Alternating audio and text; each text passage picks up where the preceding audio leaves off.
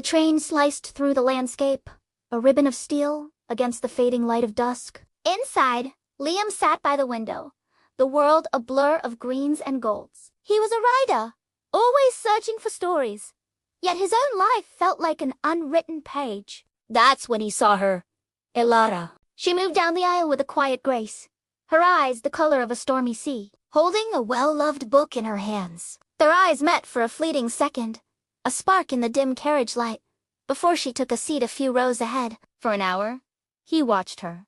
The way she tucked a stray strand of hair behind her ear, the gentle curve of her smile as she read. He felt a pull, an inexplicable connection to this stranger. Gathering his courage, he stood up and walked over. "Is this seat taken?" he asked, his voice a little shaky. She looked up, and her smile widened. "It's all yours."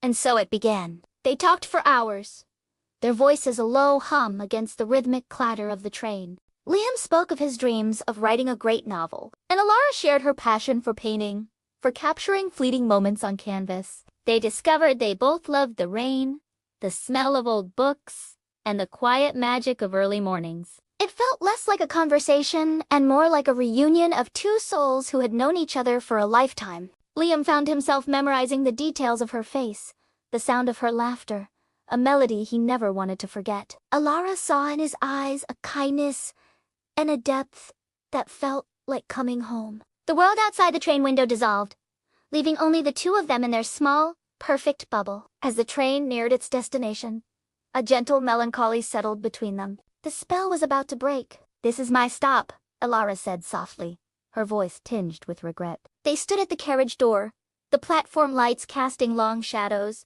There were no promises, no exchanges of numbers, only a shared, silent understanding that this moment was too precious to be diluted by the uncertainties of tomorrow. "I hope you write that novel," she said, her hand briefly touching his. "And I hope you paint the world," he replied, his heart aching. She stepped off the train, and for a moment, they just looked at each other through the glass. She gave him one last, wistful smile before turning and disappearing into the station's crowd. Liam watched until she was gone, the space she occupied now painfully empty. The train pulled away, carrying him forward, but a part of him remained on that platform. He didn't know if he would ever see her again, but he knew one thing for certain. His story had finally begun. And it started with a girl on a train, whose name was Elara. He pulled out his notebook and began to write, not out of sadness, but with a heart full of hope. Perhaps, just perhaps, their story wasn't over. Maybe this was just the beginning of chapter 1.